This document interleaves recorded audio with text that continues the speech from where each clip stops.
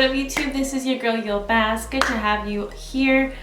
For those who don't know me, I am a Spanish teacher here in Las Vegas, and I make videos about teaching, lifestyle. I also have a small tutoring business, and I am also a student at the University of the People doing my Master's of Ed. But today I'm gonna show you, and the reason why I'm doing this is because I'm teaching a mini course on credit scores and credit cards at the school that I'm working at, and I said, why not aprovechar esta oportunidad, take advantage of the opportunity to share not only my class but also the world on how I built my credit score up to 720 as a teacher, as a millennial. Let's do this.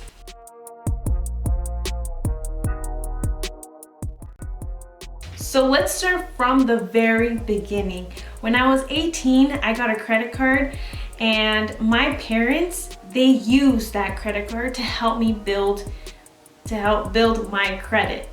So if that isn't clear, think about it like this.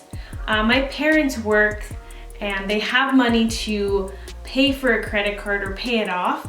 I didn't have a stable job, let's say, because I was just a fresh high school graduate, but they still wanted to help me out. So they used a credit card, used my name. I didn't do a single thing. And obviously I trusted my parents, and they were able to pay the credit card on time. So that's how it started. And then I didn't use that credit card until maybe my third year of college, when I started to study abroad. I primarily used my debit card my freshman, sophomore, and junior year. And I had jobs, I had work-study jobs, but you know, they don't pay a lot. So I didn't really use my credit card. But my junior year, sorry, not my junior year, the first semester of my senior year, so I was like, what, 20? Yeah, no, 21. I turned 21 in November that semester. I used my credit card so that I could, to pay my expenses for studying abroad. And so I wasn't working while I was studying abroad. And so the things that I would purchase with the credit card every month would tend to be more, and I would only pay the bare minimum because I didn't have a lot of money saved up. I did have money saved up, but it wasn't enough to cover all the costs that I used with my credit card. And you know, my parents weren't there, and I didn't realize that Ecuador was going to be super expensive. I literally had to buy a bottle of baby oil. I know it's not necessary, but I use it to wipe off my makeup and stuff. And it was literally $13, and so it kind of hurt the bank.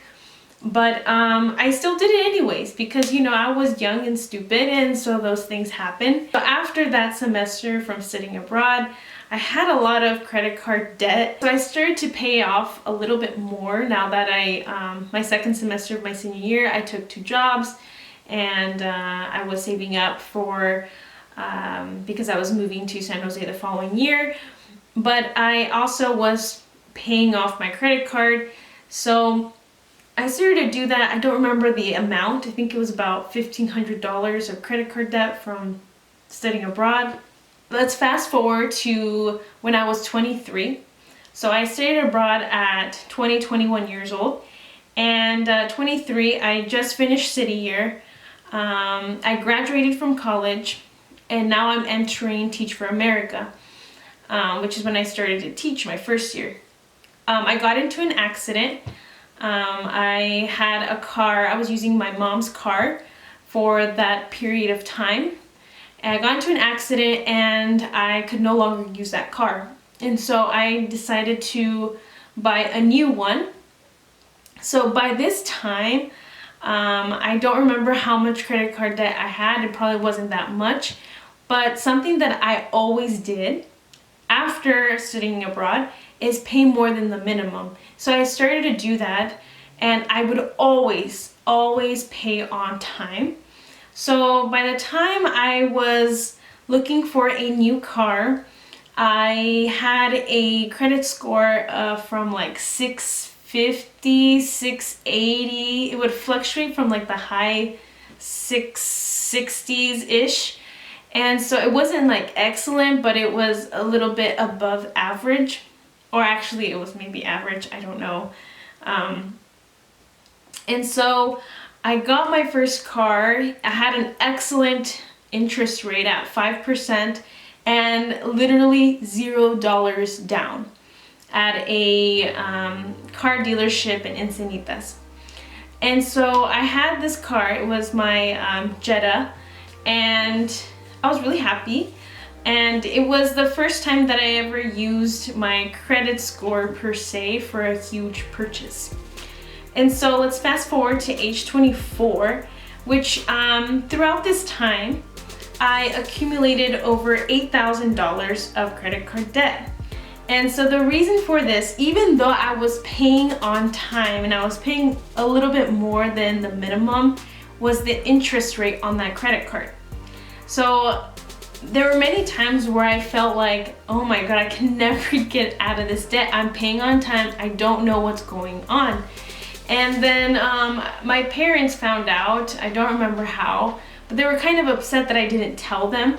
They're like, what's wrong? Like, you're not supposed to be paying this much amount of interest rate. So they looked at my statement and they saw that I was paying about 25% interest. And I had no idea what this even meant. Like, I knew that, okay, interest rates, you have to pay a little bit higher, but I didn't know that there was a way out. I literally felt like I just have to pay this for the rest of my life.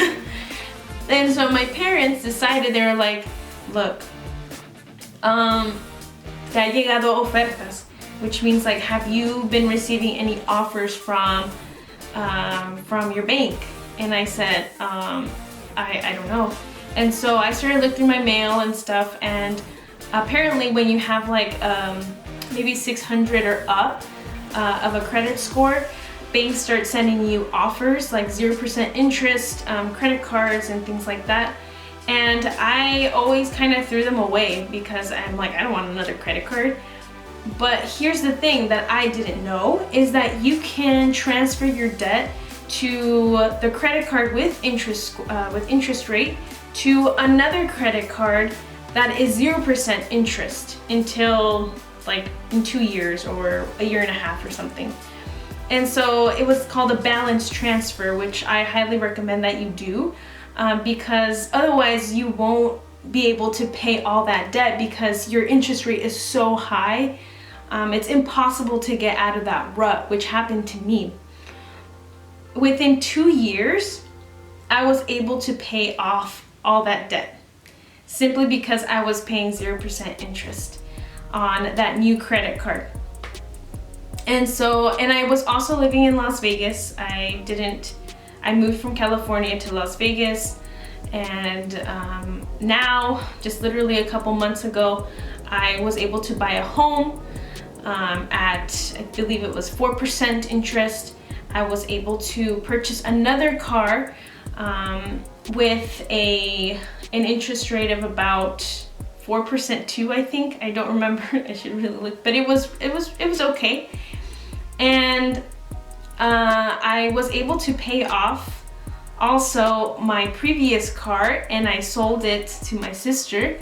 And so I was able to do a lot simply because I wasn't paying interest and because I wasn't living in California. Personally, I don't have any credit card debt right now. Like, my only debt that I have is student loans, my home, and my current car. That's it. No credit card debt. I do have, my partner right now is using one of my credit cards. He did a balance transfer using my name. So on my bank account, it says $1,600, but it is the debt of my partner, not mine. And he's just using my credit score, my credit card, so that he doesn't have to pay interests. So that's like a loophole that you can do. I don't know if it's legal or not, but that is what we do.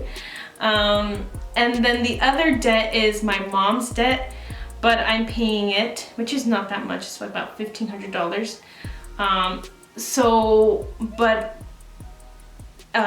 As of right now, I personally don't have any credit card debt, which is amazing. That is pretty much it. And that is my credit card credit score story. That is it. I'm not a financial advisor at all. I was just sharing my credit score story, which I think more people should talk about because it's not pretty sometimes, and it's embarrassing. Like what happened to me, I had no idea what to do with a credit card with high interest rate. I thought I was gonna be in debt forever. But that is it. I hope that you learned something. If so, go ahead, leave a comment below. If you're a teacher, welcome to my channel. Go ahead and click subscribe for more content. And I'm here just as a storyteller and an experience teller. Hasta luego. Ciao.